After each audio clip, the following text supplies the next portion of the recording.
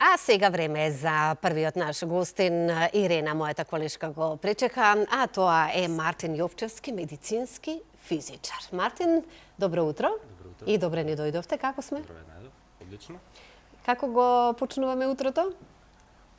Утрото, еве сега во утринска емисија ќе. А инаку? Да. Инаку денеска му е слободен ден. Денеска, слободен ден. Така, да. Со кафе, со чај, со што? Со кафе. Со кафе, да. Без шеќер. Е сега, Ирена, интересно кога ќе слушнеме медицински физичар. Да. Нели? Да. Јас веднаш ќе прашам, па потоа ќе си се надополнувате. Што поточно тоа значи? Медицински физичар представува чувар на безбедноста на пациентите во радиотерапија. Значи сите пациенти наши кои што доаѓаат за третман, ние сме задолжени за да се погрижиме дека зрачењето што го добиваат или терапијата што ја добиваат ќе биде толку колку што пропишале докторите и целиот третман ќе биде безбеден за нив и дека на целиот третман ќе се добијат резултати. Така, вие сте во тој дел, значи, Да. но повеќе еве со Ирена ќе го слушнеме овој разговор, така да, Иренче, повелете. Да. Благодарам, Слободанка. И јас исто така прашував што е медицински физичар.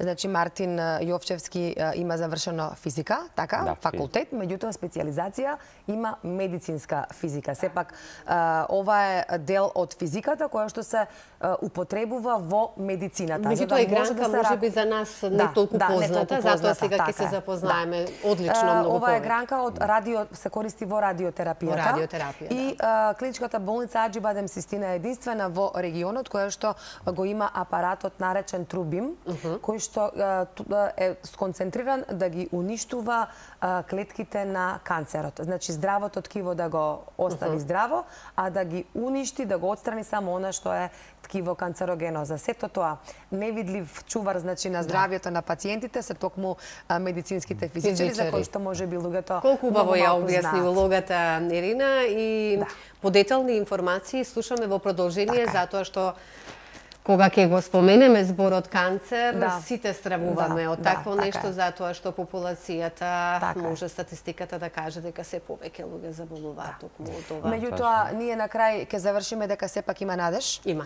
Има тоа многу сакав да го позитивни слушнам, приказни, да, и така и ќе го водиме разговорот дека сепак за жал, како што каже и Слободанка, се повеќе луѓе заболуваат од канцер, меѓутоа има надеж со помош на овој апарат насловен како Трубим. Клиничката болница Аџи-Бадем Систина е единствена во регионот која што го има овој апарат. Има одличен тим на радиолози, онколози, медицински физичари, ќе го спомне Мартин и понатаму и останатиот дел од тимот кои што работат за сите овие луѓе на крај да имаат успешни приказни. Мартин, добро утро. Добро утро. Еве вака официјално и пред камерите. Невидлив чувар на безбедноста на пациентите. Ке сакам да позборуваме малку подетално да ја објасниме вашата работа како медицински физичар. Вие сте оној кој што стои позади апаратот, кој што ракува со апаратот и кој што ги одредува дозите кои што веќе ги одредил радиолог или онколог. Вие сте тие кои што ги правите тие, ќе ми помогнете како ги велите? Да, ние правиме планирање. Ете така, и на дозите, кои како се викаат стручно. Ете така. Да, најпрвен пред да започнеме со планирање, првен на апаратот се прави калибрација, па одиме со планирање, па се прави верификација. Тоа се чекорите кои што одат. Сега во делот на калибрација, значи првен пациентот доаѓа на компјутерска томографија, се снима целиот пациент како би можело да се запази истата позиција во текот на третманот. Како што ќе биде на компјутерскиот томограф, така да биде и на третманскиот план. Сега во вториот чекор ние го правиме планирањето, што значи дека правиме пресметка на дозата која што треба да ја прими туморот, а сите останати органи да бидат максимално заштитени. Да. Така. Во тој дел и кога ќе се заврши планирањето, правиме верификација на планот, што значи дека поставуваме комори, поставуваме фантоми кои што го симулираат човековото тело и правиме мерења дека тоа што сме го пресметале апаратот ќе го испорача на туморот или во човековото тело. Така. И ќе работи точно само на оние делови кои што се канцерогени, здравото ткиво ќе си остане здраво. Како што разбрав, ја пресметувате таа милигрей зрачна доза која што се... Што значи тоа, еве, со појасни зборови да објасниме за нашата публика? Значи во милигрей, она што ние го правиме, значи онкологот пропишува, докторот онколог и радиотерапевт пропишуваат колку доза треба да прими туморот. Сега, ние на компјутерот, што заедно со софтверот пресметува колку е доволно. Колку доза треба да прими туморот, тоа што се прави пресметка со однос на тоа каде колку всушност доза се задржува во човековото тело. Значи он прави пресметка со однос на примената доза и колку доза се задржува во човековото тело. Тоа се тие милигреи кои што туморот треба всушност да ги приме. Имате ли вие како медицински физичари контакт со пациентите? Или како оди целата таа тимска работа? Бидејќи вие не сте сами, кажавме тоа е еден цел тим. Дали сепак ве запознава, дали вие сте тие кои што го запознавате пациентот со апаратот? Не, всушност ние имаме најмал контакт, со пациентите. Затоа сте и невидлив чувар на нивното здравје. Ние во позадина што работиме, докторите се први кои што имаат контакт и му објаснуваат како оди терапијата. Ние сме во позадина на сите работи, на планирањата, калибрациите на апаратот. И радиолошките технолози се уствари првата врска помеѓу човекот и апаратот. Вие сте тие кои што еве како нашите, да кажам, камермани позади камерата, така? Вие сте тие кои што работите со софтверот на апаратот. Сега, кој се грижи за одржување на овој апарат, бидејќи претпоставувам секој треба да се одржува секојдневно и кажувате дека работи 5 дена, 2 дена сабота и недела обично се прават паузи, така? Така, да. Ние сме тие што се грижиме за апаратот, секогаш да биде искалибриран, секогаш да испорачува доза која што сме испланирале, со тоа што се прават проверки на апаратот, имаме дневни проверки, имаме месечни, имаме годишни проверки. Ништо не се остава на случајност, и мораме да бидеме сигурни дека тоа секогаш што сме таа доза секогаш што сме испланирале, таа доза ќе биде испорачена. Доколку имаме одстапки, помалку, повеќе, физичарот е тој што кажува дека овој апарат не може да се користи сега. Оставаме да го искалибрираме, да се подеси онака како што треба да работи. И во тој момент одобруваме, кажуваме сега е спремен за работа, сега може да работи. Значи ништо не може да се остави на случајност, се мора да е тоа така, да е како што треба да биде. Каква е улогата, односно која е улогата на медицинскиот физичар во современата онкологија? Бидејќи оди медицината напред, со тоа оди и онкологијата, и нови радиотерапии, нови апарати. Која е вашата улога во сето ова? Дали работите само со овој апарат или буквално работите со сите апарати кои што ги располага еве конкретно вашата болница? Конкретно ние во овој одел работиме само со нашиот апарат, но правиме и контрола на останатите апарати во однос на тоа дали има излезно, дали е заштитен персоналот што работи со апарати, со тоа што ја мериме дозава надвор од каде што персоналот седи, кој што ракува со апаративе, за да бидеме сигурни дека они се заштитени максимално.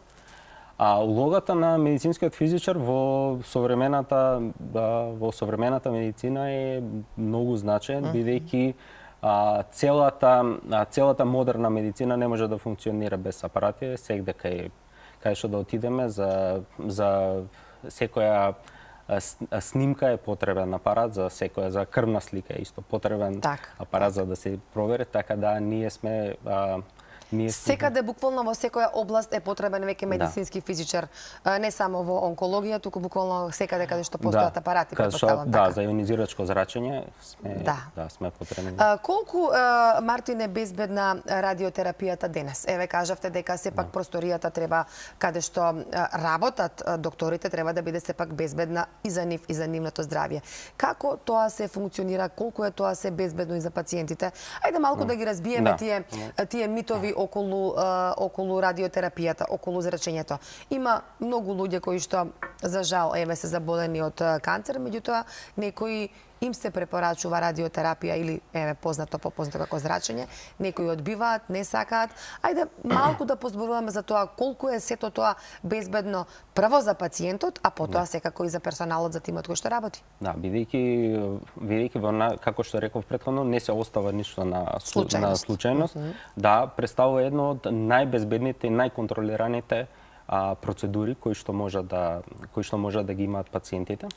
Сега постојат секако митови, нели, за тоа, кои што, еве, пример, некои од пациентиве прашуваат дали остануваат радиоактивни после зрачењето. И јас ме прашав истото, нели? Да, дали остануваат радиоактивни, апсолутно не, значи апаратот зрачи додека работи, додека пациентот е внатре, кога се отвараат вративе, престанува да зрачи.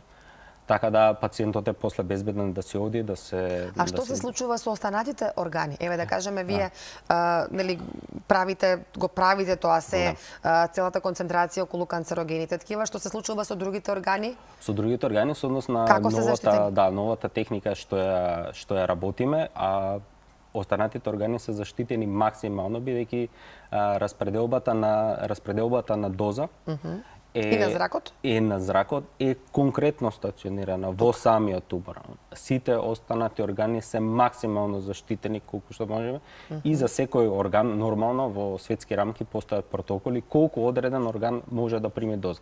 Ние се трудиме тоа да биде минимална доза што може. Да, што може да е. Што е со персоналот кој што работи, кој што сепак бидејќи во собата, нели, влегуваат и луѓе, доктори, така претпоставам и медицински сестри, техничари, како се велат по најново, персоналот колку е заштитен? Персоналот е заштитен максимално бидејќи обично третманот се изведува позади оловни ѕидови.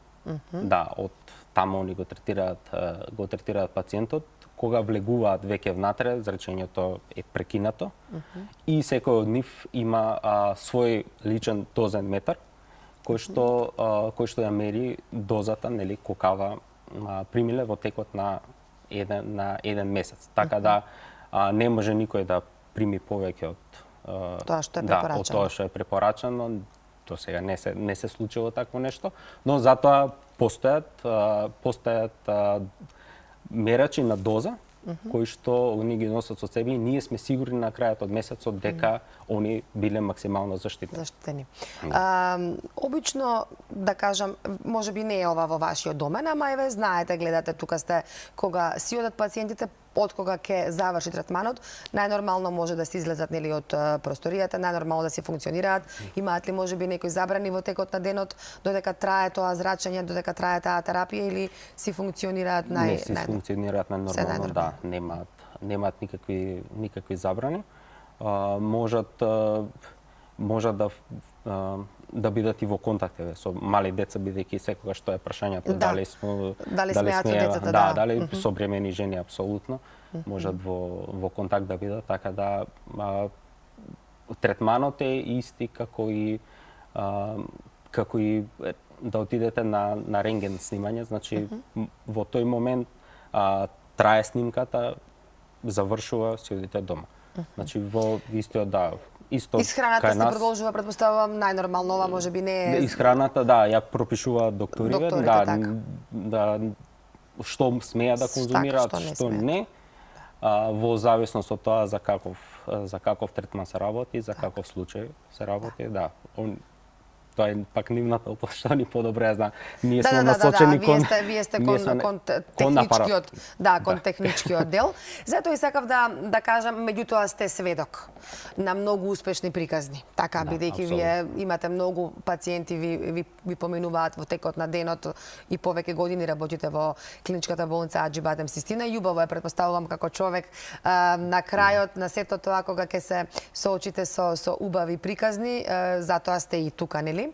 И затоа и оваа професија е можеби се позначена, побарана и можеби има своја убава светла иднина и ќе има, бидејќи како што и самиот кажавте, медицината оди напред, апаратите веќе ние водат медицината, нели, докторот е оној кој што ги чита резултатите, а позади секој апарат стои медицинскиот физичар. Им препорачувате ли на младите студенти да се запишат на физика и потоа да специализираат медицинска физика? Има ли убавина во оваа професија? Да, секако дека има убавина во оваа професија. Нашиот факултет е еден од, можам да кажам, потешките факултети кои што можеме да ги завршиме, но секој кој што има желба да работи и знае математика, нормално бидејќи математиката е се пресметува тука, така да, е малку како азбука во јазикот, значи мора да знаете математика за да работите физика. Секој што има познавање од математика, ја му препорачувам да се запише и да ја одбере медицинска физика, бидејќи навистина има светла иднина во светски рамки. Да, секогаш како што рековте, технологијата ќе оди напред, но медицинскиот физичар мора да се грижи за безбедноста и функционалноста на апаратите. Како испитување на излезен зрак, значи колкава е дозата, да се грижи за геометријата, излезната геометрија, да се грижи за функционалноста на апаратите. Да. Одлично, Мартин, медицината оди напред со помош на технологијата, на апаратите, а со тоа и се продолжува животниот век на нас луѓето во светски рамки, па и ние во Македонија можеме да се пофалиме дека сме во трендот со современата медицина со помош на овие нови апарати. Слободанка, ние тука веќе мислам дека сме при крај. Да, само сакам да се надополнам, Мартин, младо момче си. Тоа е веќе очигледно. Колку време сме колку работиме, колку години? Во делот на радиотерапија работам 3 години. 3 години. Да, со медицински апарати скоро цела моја кариера. Од од контрола на квалитет до сервисирање и апликации во апликации на апарати и сега во делот на радиотерапија. Секој е често, значи дека добро ти одеше математика на училиште. Се потрудив, да. Да.